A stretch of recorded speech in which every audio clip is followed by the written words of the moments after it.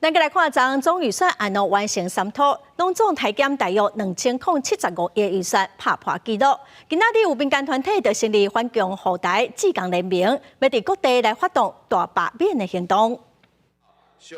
立法院以电脑被两大党人所优势之下完成三读，通过114年度中央政府总预算案，拢总是台减大约2075亿的预算，算出对原本编列的3条外减做大约2条9248亿。这当中包括要补贴台电亏损的1000亿2万，也那国防部建南国做预算最后是冻结5成大约10亿，其他受到影响的也有教育、文化、外交等等的预算。行政院长批评安尼台预算会互政府无法度好好运作。国民党和民众党表示，这是为着要害钱给人民，认为通过总预算也够到政府施政。那你每一年要把人民的血汗钱补贴台电2000亿，是不是卓荣泰院长？你每一年要瘫痪国家2次。我也要警告行政院院长卓荣泰，请不要再利用错假的讯息来制造社会的对立冲突。为着要让立法院听到民间的声音，1月2日29个 NGO 团体，也有各地30外个罢免公平团体成立反共护台志工联盟，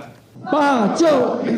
守护台湾。包括台湾北社、南社、周兴城，也有北京等等，拢出面声援全台湾的大罢免行动。联盟成员表示，都是因为看到最近立法院审查中央政府总预算，这民间关心的议题，也有预算受到影响，希望透过发动全台湾大罢免的行动，把无责任的民意代表罢免掉。一连串的扩权、违宪、乱政这样子的一些立法，一直到前天各位也看到，他在我们的立法院里面的话。竟然在我们中央政府的总预算里面的话，在中央政府可动支的预算情况底下的话，甚至大砍乱删，冻结了高达34%的预算。这个的话根本其实就是要让我们中央政府完全没办法动弹。之所以要站出来，是因为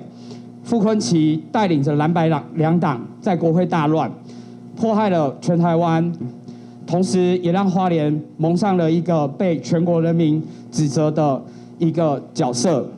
所以我们要出来对抗。针对中央总预算最后三读的结果，总统罗清德嘛伫咧面册刊文回应，伊指出，无论是台减还是冻结的金额，拢打破历来上悬的纪录，这影响到人民福利以及国家的运作。罗清德表示，完全无法度接受，嘛呼吁在野党进行思考，让国家通稳定运作。记者卢尚珠、郑春友台北。